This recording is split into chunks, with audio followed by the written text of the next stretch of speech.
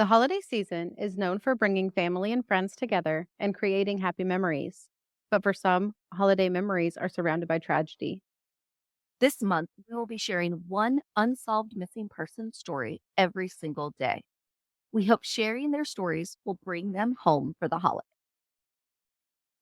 I do want to apologize for all the missing children we are covering, but as moms, this is where our hearts always gravitate towards. Just know we will have missing adults mixed throughout this month as well. Derrick Engebretson was only 8 years old when he vanished on a trip with his father and grandpa to cut down a Christmas tree. This has to be one of the saddest things ever. 3 generations go out on what I would assume is a family tradition because cutting down a Christmas tree is not for the faint of heart.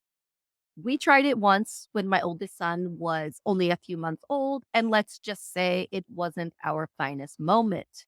And we've I, continued to have an artificial tree every year since. I've never had a real tree. That's something my husband always reminisced on because when he grew up in Michigan, you did not have an artificial tree in Michigan. You went outside, Oh, you got your own. And to uh-huh. me, it scares me because all I can think of is that's going to go up in flames because I'm going to forget to water the tree. Oh, see, I'm not even worried about the flames. I'm worried about the spiders or things that are living inside the I tree. didn't even think of that. Oh, There no, you go. thank you. It was not a good experience. And that was literally the last time we ever had a real tree. So Yeah, it's difficult. It's not as easy as it looks in the movies. yeah. It's not as glamorous either, I'm sure. Definitely not. But these three were out creating happy memories when everything turned upside down. Derek was a third grader who was an outdoorsy kid, to say the least.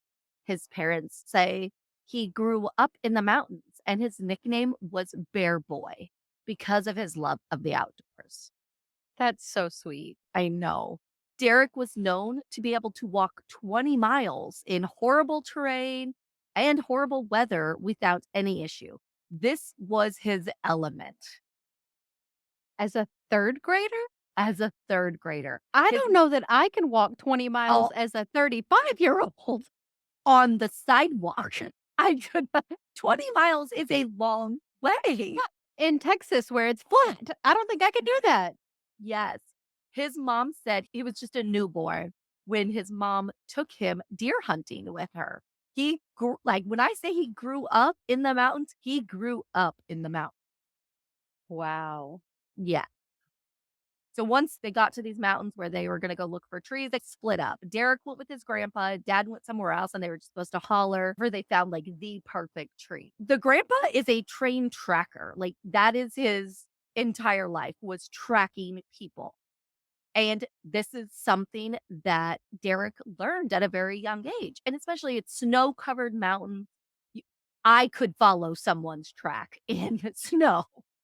Yeah, as long as it's not continuing to snow on top of them, absolutely. Yeah, if the sun was shining and the snow was not melting, in perfect Yeah, conditions, I could find my way. yeah. So Derek was supposed to follow the tracks in the snow to his dad. This was not out of the norm for Derek. He was a mountain boy. He knew how to track, especially someone's footprints. But whatever, something happened and Derek would never make it to his. Each adult thought the young boy was with the other until they met up a little while later and realized Derek wasn't with either of them. Derek's dad was like, "Where's Derek?" Grandpa said, "I thought he was with you." Dad's, "No, he's not. He was supposed to be with you." And this is when they start to search. Now, I didn't say it at the beginning, but this happens to be in Rocky Point, Oregon, or just right outside. Rocky Point's a very little town, but it's right outside that. And it's not too far from Crater Lake National Park. We are talking about dense woodlands here. It's I think December. I've been in Crater Lake National Park. Oh, are you Is serious? it outside of Portland? I have no clue. Yeah, sure, it sounds great.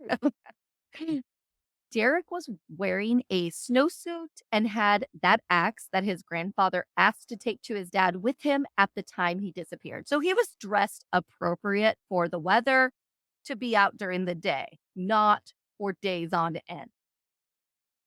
They started searching right away, looking for any tracks or any signs that may have been caused by the little boy. Unfortunately, a blizzard rolled in and covered up most of the tracks. They were able to track him a little bit of ways, and they actually found that a little boy, most likely him, did a snow angel in the snow, like right next to the road.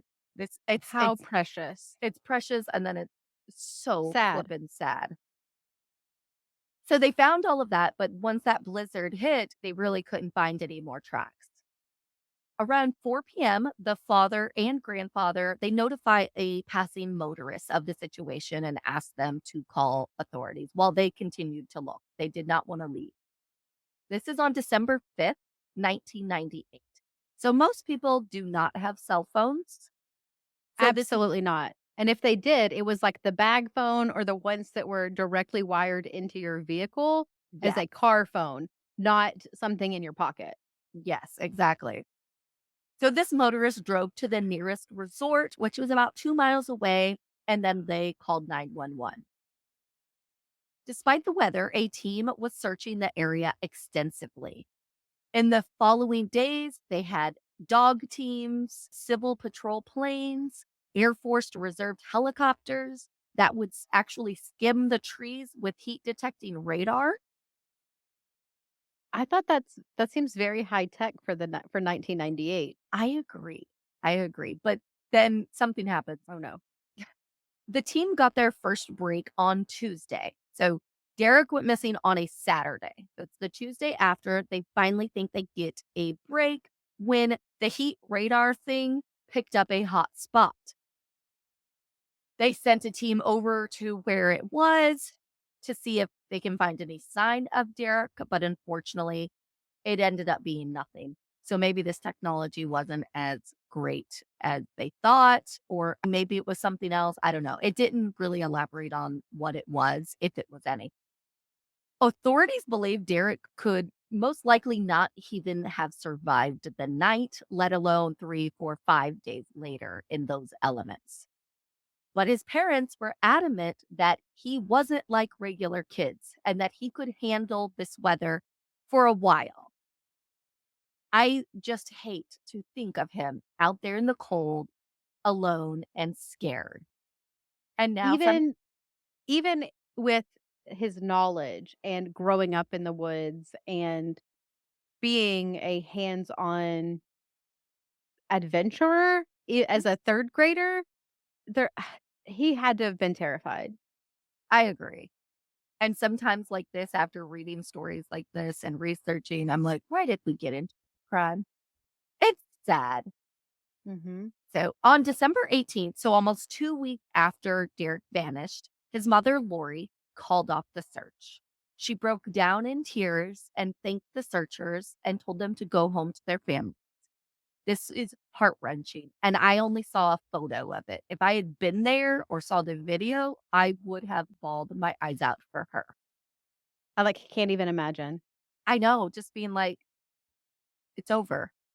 Even though these daily searches were canceled, Lori did state that her and her family would still be making trips to the area because they were not giving up their search for him. Now, here is where things take a turn. That this may be more than the heartbreaking story of a boy getting lost in the wilderness. A witness came forward early on in the search and stated that there was a man in the area Derek went missing.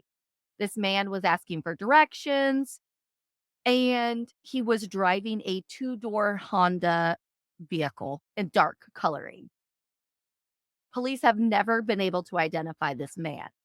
There was also another report from a witness that states they saw a man struggling with a little boy, but this witness assumed that it was a father and son and didn't want to intervene. And only when it came out about Derrick's disappearance did they come forward. Another strange thing about this case is that on September 24th of 1999, police discovered graffiti in a rest stop bathroom that referred to Derrick's disappearance.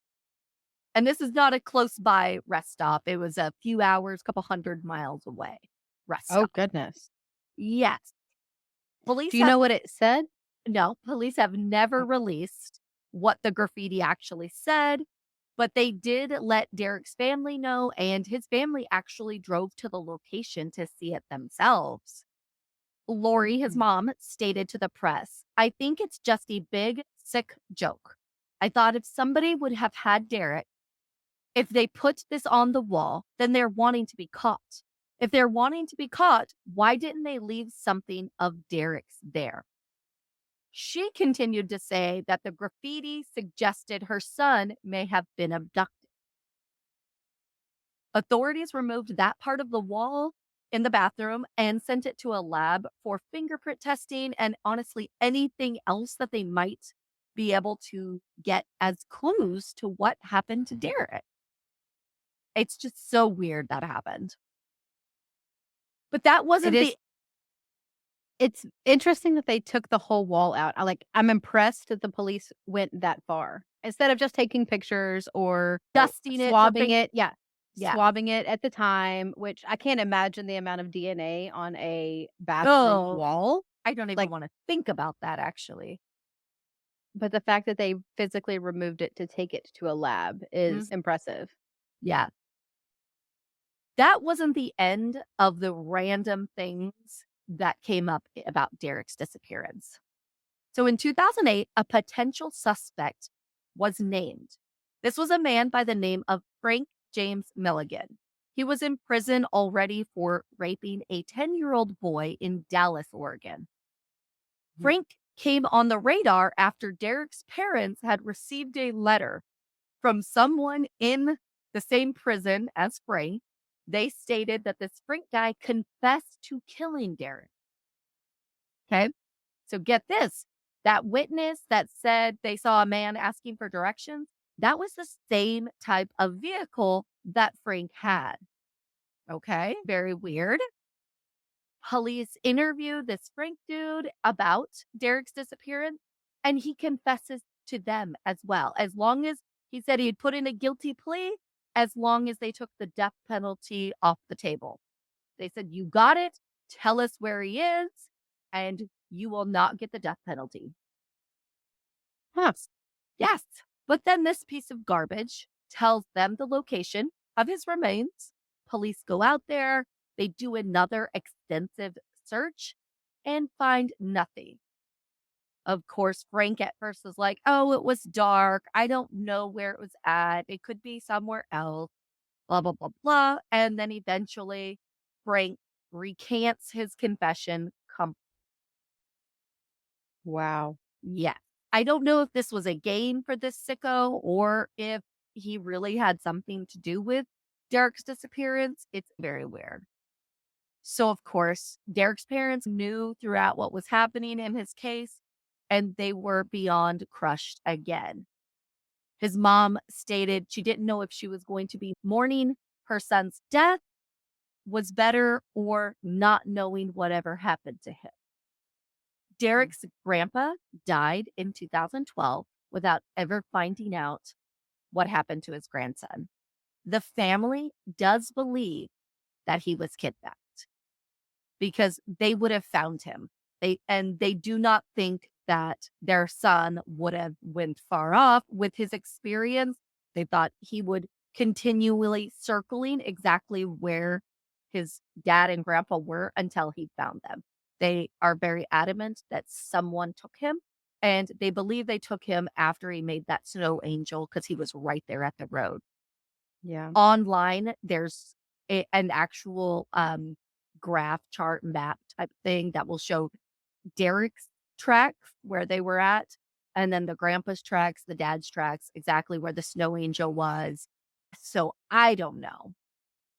If you have any information about Derek's disappearance, please contact the Klamath County Sheriff's Office at 541 883 5130. It just breaks my heart, and I think that you're right in the manner or and his family is correct that if he hadn't have found his dad quickly, he would have followed the footsteps back home, or he would have made his way back to where he knew. Or the road, like he did, made the snow angel because Yeah. he was probably waiting for his family Mm, come that way, and he knew if I'm by the road, that's the safest thing, and then it was in a crime of opportunity, possibly. yeah. They have done even to this day, they have done extensive search trying to do at least find the hatchet or the axe that he had, because they can find that a lot easier than they can anything else, and they think, "Oh, if we found this, then that might lead us to believe that he did succumb to the elements." There's Mhm. also this theory that the first day of searchers, they found a hole in ice over a pond or a lake, I'm not quite sure, a body of water, but there was ice.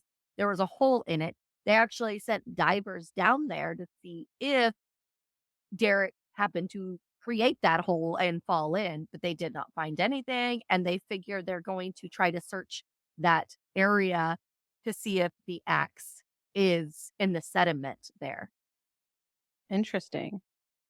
Yeah, very sad case that nobody knows what Yeah. happened to Derrick. Please share this out.